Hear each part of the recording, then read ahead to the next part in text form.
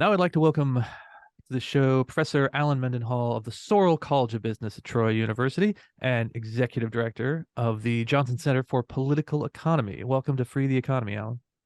Thanks. I really appreciate the invitation. Now, first, if there is anyone who is not already familiar with university, I can't hardly imagine that, but tell us, give us a little background on Troy University down there in Alabama and how the Johnson Center fits into the whole mission for the university and the business school. Well, Troy University is an interesting campus in that we have actually 4 campuses throughout the state: Dothan, Phoenix City, Troy, and Montgomery. We have about 16,000 students, and that's split between graduate students and undergraduates. I am Associate Dean of the Sorrell College of Business and Executive Director of the Manuel H. Johnson Center for Political Economy within the Sorrell College of Business. And the Johnson Center is a free market research and educational center that runs an MA program in economics. And we do all sorts of educational programming throughout the state and region, and we do work in public policy. We launched something last year, about a year ago, called the Free Enterprise Scholars Program. This was the new program that generated such attention. And we marketed it as sort of targeting woke businesses. And what that means in practice is that we do a lot of research in the area of ESG and capital markets and figuring out why it is that corporations have adopted ESG or trend toward leftward politics when, not so long ago, corporations were much more conservative. They were much friendlier toward free market principles. And so we try to examine that drift and explain it and produce research on the subject. Yeah, and so if you go to the website for the Johnson Center, it mentions specifically focus on free markets and individual liberty, and I wonder how you sort of led into that, but how unusual that is among business schools today. I know my old colleague Fred Smith, so our founder here at CEI, often used to talk about the state of business education in the United States and lament that some of them seem to be turned into anti-business schools, where students are taught first and foremost to apologize for wanting to make money in the first place. How have you seen that role, the sort of business schools in America? How has that changed over time? Well, I think that the drift mirrors sort of the drift in corporate America, and I don't think that's by accident. For example, our accreditor, AACSB, the accreditor of many universities in the United States, is an international accreditor, and it ties some of its accreditation standards to UN Sustainability Development Goals and to other sort of international standards and bodies of work.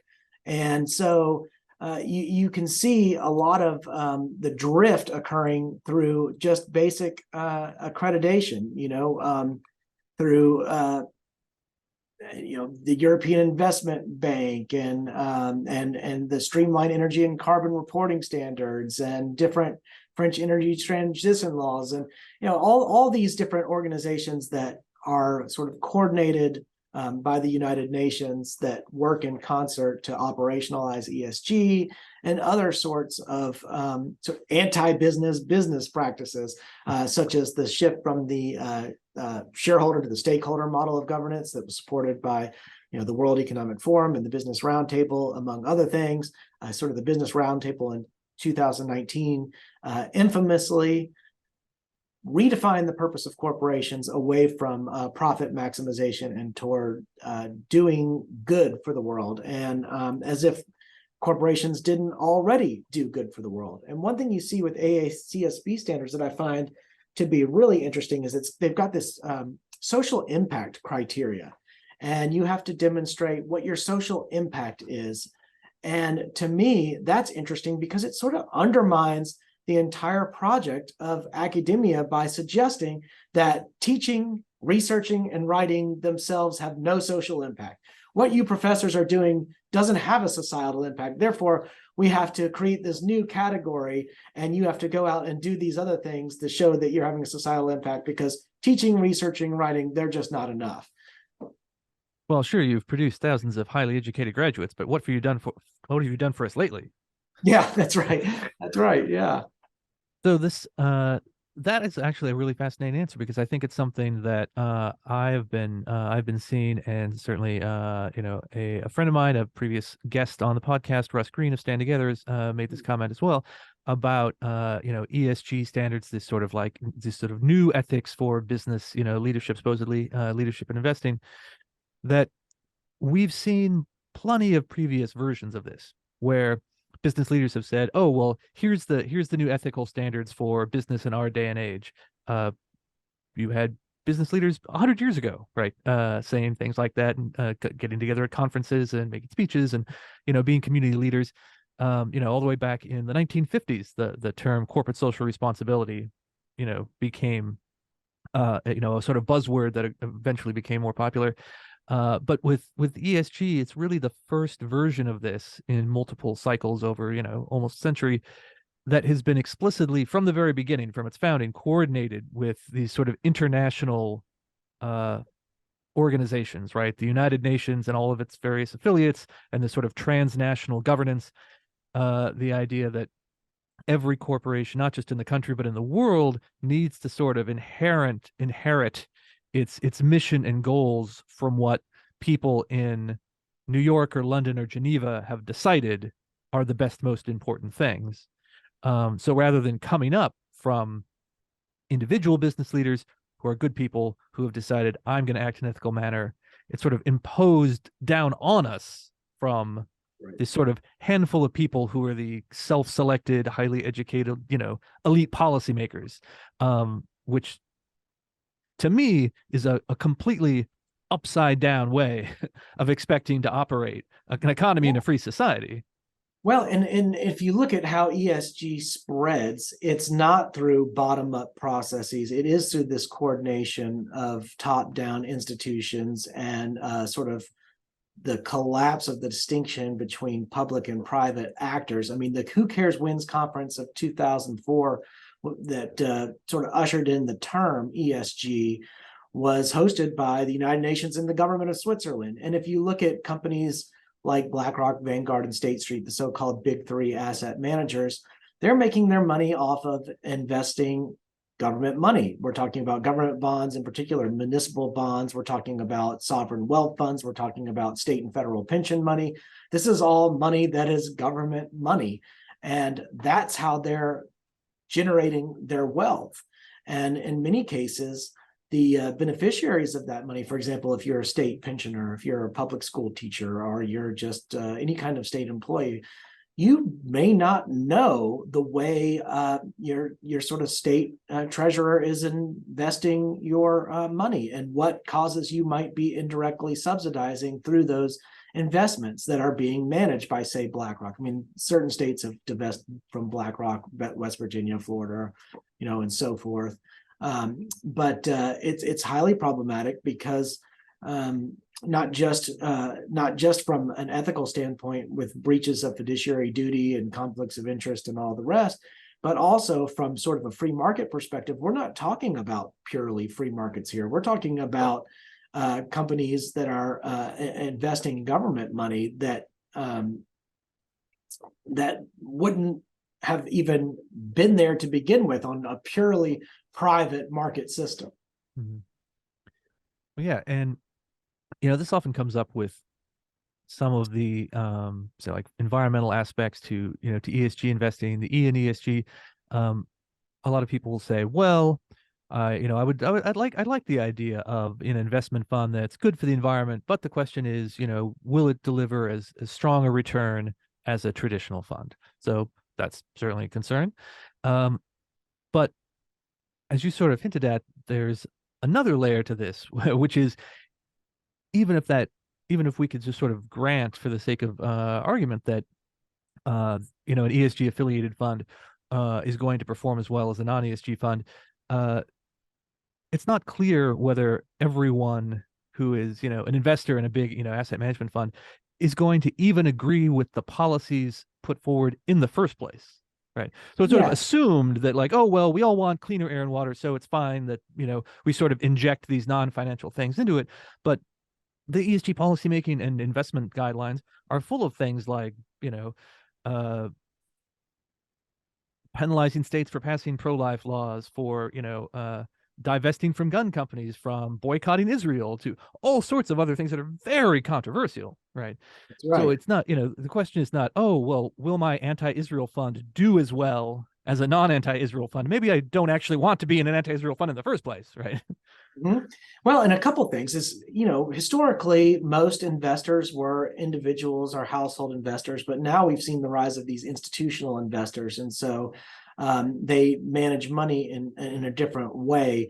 But if an individual wants to invest in an exchange traded fund or some type of mutual fund that is ESG weighted, or they want to put their money in ESG portfolios that pool from certain companies that are doing certain things, they have that right to do so, and they can lose money if they want. If they want to put their money in underperforming funds, by all means, that there's no restriction on doing that. But that is not what is occurring with the investment of state pension money. These are not people that are voluntarily choosing to put their money in these funds for those reasons. These are political actors putting state money oftentimes at odds with the values and interests of the beneficiaries of those funds, who technically are, at the end of the day, the owners of the funds. So there's that. The other piece that we haven't spoken about is that these large asset management firms then go back in and they buy large numbers of shares in publicly traded companies, and they become shareholders themselves. And that's when they engage corporate boards of directors. So not only are they investing money in particular companies the way we just spoke of, but they also become owners of companies, and they are generally politically to the left, and they are pushing corporate boards even further into this ESG commitment, into this ESG space, and also into causes with which companies really have no stake. I mean, it doesn't really do a company good to wade into hot button political issues when it guarantees that the company is going to alienate, let's say, half of American consumers. And we've seen with with the Bud Light campaign, or with Target, or with any number of examples, even Chick-fil-A being the latest. When they wade into politics, they hurt their business, and it doesn't make good business sense to wade into political controversies that have nothing at all to do with your product, with your consumers, with your business model. But because these institutional investors, whether they're hedge funds, or whether they're BlackRock, State Street, Vanguard, or some other form of institutional investor, they are pushing corporate boards to adopt policies and programs that force companies into politics. And this is destructive to civil society writ large, in my view, because now we can't even go to dinner with a friend without having the straws we put in our drinks be a political statement. The type of clothes we wear are a political statement. Everything is so highly politicized that we can't just escape the realm of politics and just meet on a face-to-face basis and get to know people as friends before we get into hot button issues. It's everybody has to wear their politics on their sleeve everywhere they go, and that's, I think, unhealthy. Yeah, I mean, I think I've often said, I don't need my sneakers to have a social policy. I don't need my ice cream to have a foreign policy, although Yeah. some brands of ice cream do apparently these days. And I don't think that's what the majority of consumers want either.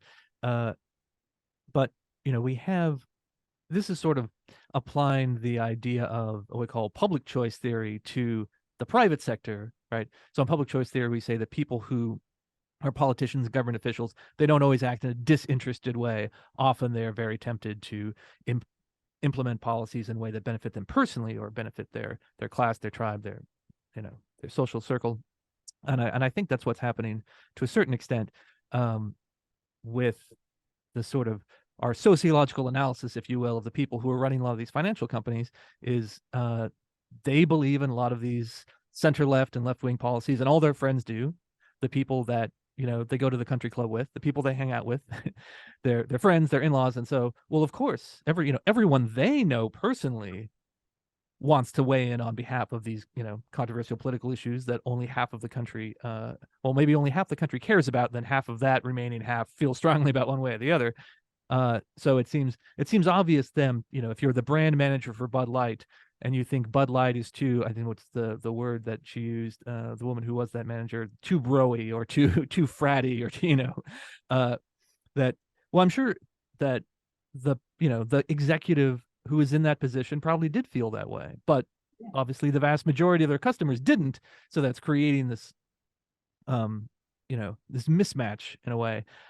So with an individual brand, obviously that brand can suffer the negative consequences of lower sales. It's a lot harder to have that backflow of negative opinion when you're dealing with a company that manages $10 trillion. Right.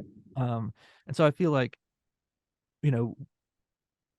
it might be useful to publicize some sort of, sort of as stories, a sort of like example. Imagine if you were in this position where you are, you work, on an oil platform in South Louisiana, and your retirement investment happens to be in a BlackRock managed fund. Well, you see this letter from Larry Fink, the CEO of BlackRock, saying, "Don't worry, everyone. We're pushing all of the companies in our portfolios to decarbonize as quickly as possible." Well, how are you going to feel about your investment future and your career future if that's your job? But if you're a asset management executive, well, it's no problem for you at all, right? Because you'll just switch to investing in the alternative energy companies instead. Yeah, well, so you said a lot there. First, on the public choice problem, the obvious reason why the biggest companies, the biggest bank, the biggest investment firms support ESG is because the cost of regulatory compliance, which are coming, the SEC has a new proposed regulation requiring all publicly traded companies to produce all these disclosures that are ESG related, and several companies have this. The EU has it. France has it. I mean, they're coming from all over the world. France's is actually not proposed. France is actually operationalized and instituted and active now, but most of the others are still in a proposed stage. But why would these big banks and big investment firms want and big companies want to do this? Well, because the costs of regulatory compliance are high for all small local business. They can't afford to do that. So they're able to absorb those costs and squeeze out the competition. And so, of course, this is just another barrier to entry. It's anti-competitive. The other thing that when you talk about BlackRock, which is, I assume you were referencing $10 trillion of assets under management, which is what BlackRock has. So I assume that was a reference to BlackRock, is its entire business model is built around government. So, I mean, you look at like 2009, when the U.S. Treasury Department hired BlackRock to manage the toxic assets involved in the 2008 financial crisis. BlackRock handled the debt settlement of Bear Stearns. BlackRock has done business with the British Treasury, the Swiss National Bank, the European Central Bank, the government of Greece. I was just on a television program yesterday in Sri Lanka, in which the host was telling me about how BlackRock is now invested in the bond market there in Sri Lanka in ways that I was unaware of. But BlackRock's entire business model is based around this. In fact, during the pandemic, the Federal Reserve hired BlackRock to advise on how to stabilize the bond market. And as part of that agreement, allegedly, I don't know the details of this, but the Federal Reserve was able to buy ETFs from BlackRock under certain terms and conditions. So this is like sort of like the crystal clear case of I'll scratch my back, you scratch yours. This is cronyism at the highest level. And for some reason, there's just not more public outcry. I mean, there is a lot of public outcry now, and people are waking up to these issues. But the fact that this isn't just, on news screens everywhere and people aren't just outraged is itself surprising. I mean, people are getting, I don't want to use the term getting screwed, but they really are in a massive way, and on a scale that was never possible before we sort of had the globalization capabilities and technological capabilities that we have now. I mean, this is cronyism at probably a scope and scale we've never seen before in human history. Yeah, I know. Our friend Larry Fink, CEO of BlackRock, has been, neck deep in this sort of backlash against ESG the past couple of years, and probably his name was not a household name, when he first took over BlackRock, but is sort of becoming more so now, but not in a way that's going to necessarily generate any awards for him. So he was just at the Aspen Ideas Festival, this big confab of A-listers, and he was asked about ESG, of course, because his name comes up at the top of every conversation about it. And he was visibly chagrined and tired of hearing about questions like that, saying that he was ashamed to be part of this conversation now because it was, it's so departed from the high-minded ideals, that he supposedly had brought into it with. And he said that the investor letters that he'd sort of become famous for, the past several years, that have mentioned ESG and climate goals and things like that multiple times. He said, well, those were never meant to be political. Those were just about building long-term value. And, so he is now, who was once the highest profile poster child of, corporate CEO pushing the ESG agenda, is now says he's not using that term anymore. He's backing away. He's not going to stop any of the ESG adjacent policies. He's just going to stop calling it that and hope no one notices. But I think that, and that just happened, I think, a few days ago. He made those comments. Yeah. That is probably one of the high watermarks when it comes to us realizing, yes, there really is a substantive backlash against the sort of like, the UN agenda writ into every corporate charter that people are kind of waking up to and saying, wait, this is not the direction we want to go in. I think that's right. I think Fink does not want to be associated with failure. And I think that the backlash is strong enough that people are realizing that this will ultimately fail. I think, the vast majority of the world holds values and ideals that are antithetical to the values and ideals that the United Nations and that ESG generally support. I mean, if you look at Africa and the Middle East and even large portions of South America, with the exception of economic policy on social views, and much of Asia, they're very different from what's getting promoted and pushed by this ESG agenda. And there are a lot more people that support, I'll just use as a loose term, I'll put it conservative, but more traditional values.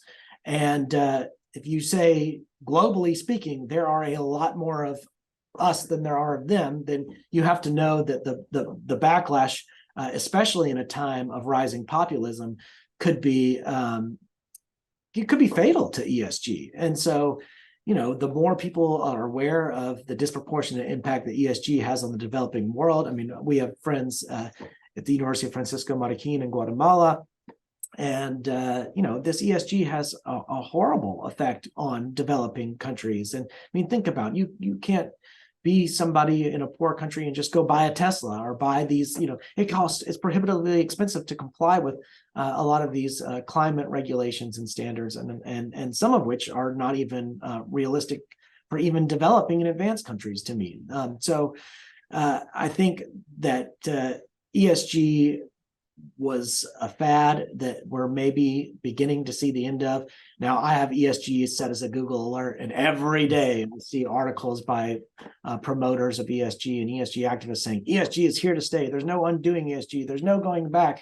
But to me, those are increasingly reading like desperate cries that they would be unnecessary to say and to insist upon if that were in fact the case.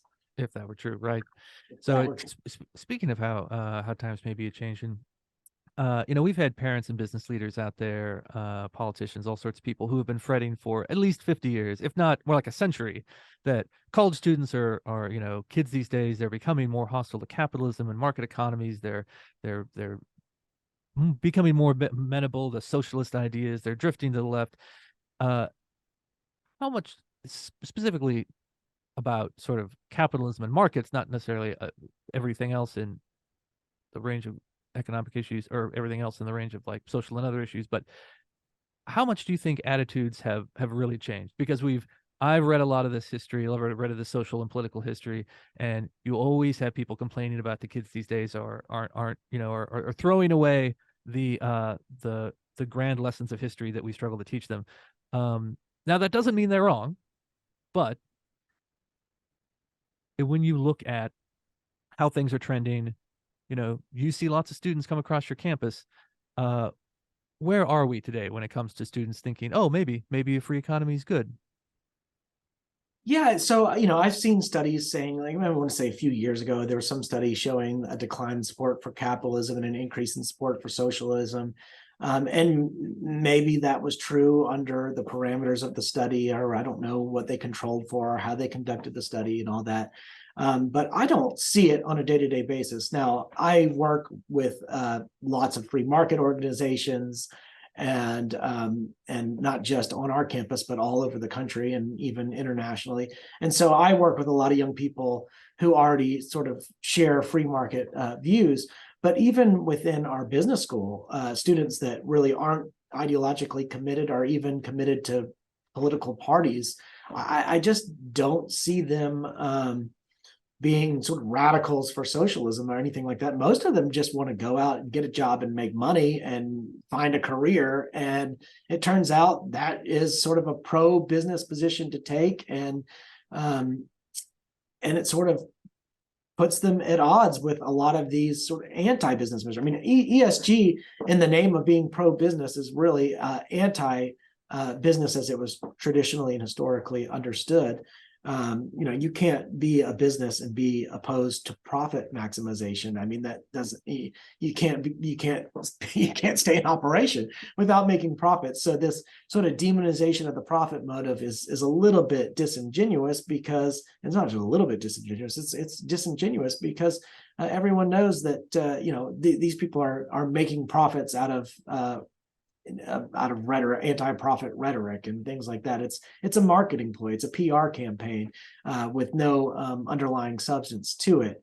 They just basically are hoping to dupe people and trick people and that sort of thing. But among the young people that I interact with, most of them are really open and curious to different ideas.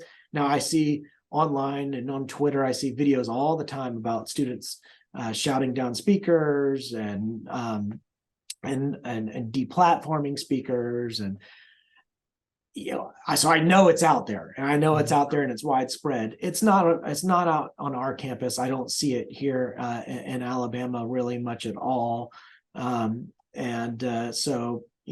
I think there's hope, and I think young people are going to be drawn toward some of these free market ideas the more it becomes edgy and weird and sort of the underdog, that now there's a better opportunity than there ever was to sort of show, like, oh, look, like this free market thing is kind of cool, because it's demonstrably better for the poor and disadvantaged people in society, and it's so easily provable, especially by comparison to its counterpart socialism or something like that, which we know does horrible things to people.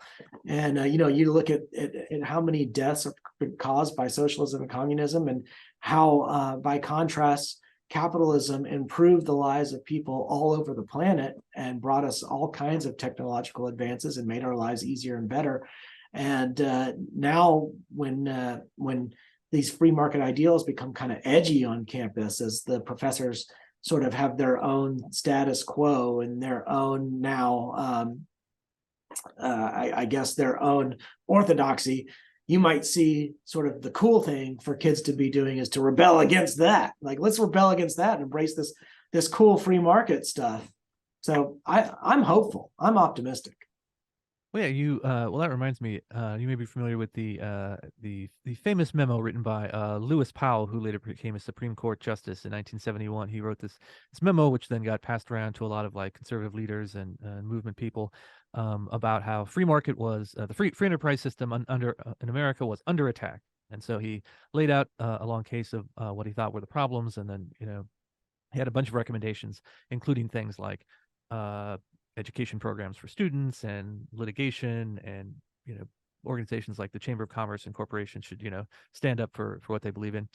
Um, and and at the time, he listed various threats, and he named a few individuals he thought that were trying to move the country in the wrong direction, whether it's hippies, black power radicals, communist agents loyal to the Soviet Union, typical conservative stuff for 1971, right? Those people are not going to be your favorites. But at the time, the sort of stodgy Republicans were still the professors. They were still the establishment, right? And we've come through such a as the communist theorists called it, the march through the institutions. They've marched through the institutions so much that everyone just assumes that at most colleges the left wingers are in charge, from the president of the university on down, all the tenured faculty, everybody. Right. And so it is, I think, it is a little in the environment that you were just suggesting, which is that the people who are free market people, who are pro-capitalist people, are kind of the underdogs and the outsiders now, whereas you have a and again, conservatives always like to call the people who were radicals in the 60s and 70s, who are academics now, the tenured radicals, right? They're not out there manning the barricades. They actually have a pretty subtle life as a tenured professor of sociology or economics or political science. But it's hard to see a professor, no matter how nice they might be personally, who's lecturing off 40-year-old lecture notes about why Marxism is so great, as the cool new revolutionary who's leading the next generation, right? Yeah. So I think that it maybe people like Powell and sort of the conservatives of the early 70s, who were confronted by all this radical politics craziness, including bombs going off on campuses, much more dramatic than we have today, right? Bombings where there was one historian who wrote a book about this time and said bombs functioned as exploding press releases. They were so common that left-wing political groups set them off in American cities and on campuses, that it would be tough for someone from that era, I think, to kind of wrap their mind around how a lot of those people are today the sort of the tenured radicals, and how sort of like upside down that system has become, where all of the like establishment people are on the fringes practically, and all the people who were the radicals 50 years ago are they are the establishment now. Yeah, if you want to be anti-authoritarian, anti-elite, anti-establishment, underdog, for the little guy, for the marginalized, disenfranchised, then today you've got to embrace markets, because all the major institutions, from the media to corporate America to the university system, all the centers of knowledge, they've been captured by sort of an ideological uniformity that does not admit of any dissenting views, and tries to enforce sort of an ideological conformity with very rigid, narrow parameters.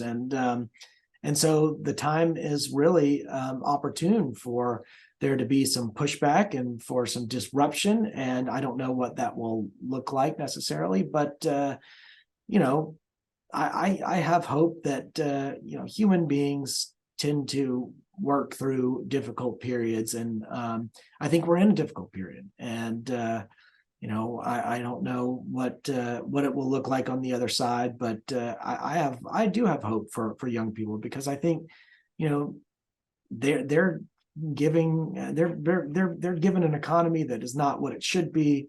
They're starting their lives in positions where they're having to break through all these barriers and overcome all these hurdles that were put in place by these previous generations that are very status and very burdensome and onerous, and that aren't, in fact, they don't do what they purport to do. They don't help the people they purport to help, and they, in fact, make the rich richer, so to speak, but not based on merit, not based on actually providing goods and services at higher quality or more efficiently and effectively, but based on sort of government intervention and government programs and government picking winners and losers and government rigging the system in favor of certain people and industries. And, young people are sick of that. I think they're the ones that don't benefit from it, the ones that don't figure out, oh, I can work my way into that system and benefit off of everybody else in a sort of a predatory, parasitic way. But I think a lot of young people, the impulse to want to do good and do the right thing and change the world, that's a good impulse to have. And eventually they'll come to the market side of things if they just evaluate the facts. Well, yeah, and I've reviewed a fair amount of these polls, the past several years about capitalism, socialism, and big business, and big government. It seems to me that what a lot of especially young Americans, what they want is a country that works, where they can get an education, they can get healthcare, they can have a place to live and not be buried under a mountain of debt for their entire life. And politicians with socialist sympathies, like the squad up there on Capitol Hill, whoever they might be, if they tell voters that they can deliver that, well, I'm not surprised they get a certain attentive audience, right? And so, I think it's absolutely incumbent on people who believe in capitalism and free markets to say, well, actually, the biggest problems are government policies that created these problems in the first place, and rather than pile 10 more levels of government spending and regulation on top of the ones that are already causing the problem, maybe we should start by getting rid of the ones that cause the problem. And I'm sure you've seen, probably a lot of our listeners have seen this this great chart that's produced by our economic policy people our friends at the American Enterprise Institute. Where they have a chart that and it's the prices adjusted for inflation of all these various things, whether it's cars or education or healthcare, or TVs or food, and so adjusting for inflation, you have a bunch of lines that go down, things like TVs, electronics, telephones. Those have gotten cheaper in real terms, even as the quality has gotten better, as you would expect in a competitive economy. But then you've gotten things, these other categories, very important categories of goods, that have gotten more expensive, even accounting for inflation. And some of them are just skyrocketing. And it's all of the things that government policies have the most influence on, that government has messed with the market the most. So it should actually not be surprising. But of course, the response is always, oh, well, we need a government policy to fix that, not get rid of the government policies that created it in the first place. Yeah, there's always an assumption that that government is the answer for every problem, rather than some sort of in the face of evidence to the contrary. I mean, even when government does have issues. I don't know if you recall a few years back with, the government needing Apple's help with encryption and protections. Like the government didn't have the capabilities to do it. They didn't know how to do it, so they had to go to the private sector to do it for it. I think just a realization that government is not the best answer. That in fact, typically it can't do whatever it is as well as the private sector could. So why wouldn't we turn to the private sector first? Part of it is, entrepreneurship doesn't presuppose answers. It goes back to the Hayekian sort of knowledge problem. We don't have, sort of centrally designed or planned solutions to every type of problem. No matter what type of experts you throw in there, they can't divine all these answers that innumerable acting agents in sort of a dispersed way can, and they can come up with, they can send price signals, they can come up with ideas that sort of emerge from the bottom up, and not because we have a bunch of smart people in a room that could go figure out what's going to work best for everybody else and then try to impose it in some sort of blanket overarching way, and it never works that way. I mean, in one sense, it's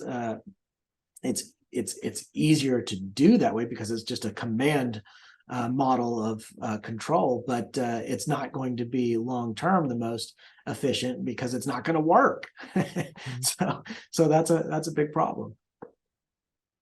Well, you've got me convinced. So we'll start with that. Yeah. You know, I'm so glad that we have, you know, the opportunity to bring not just all of our Washington, D.C.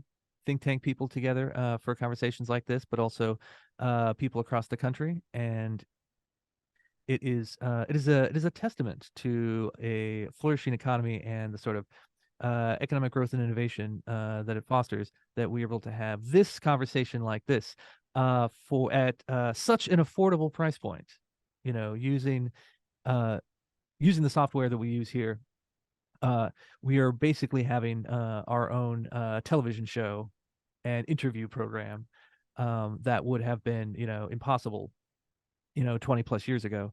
Um, I know I just mentioned the American Enterprise Institute. I'll mention them one more time. They have some of their old archival material because they've been around for a very long time, and they have like policy panels that they originally filmed and broadcast on television 50 years ago. People like Irving Kristol and some of their economic policy people back then. And it's fascinating to go back and see what people are talking about back then, but also breathtaking to think about what it must have cost to produce that 50 years ago.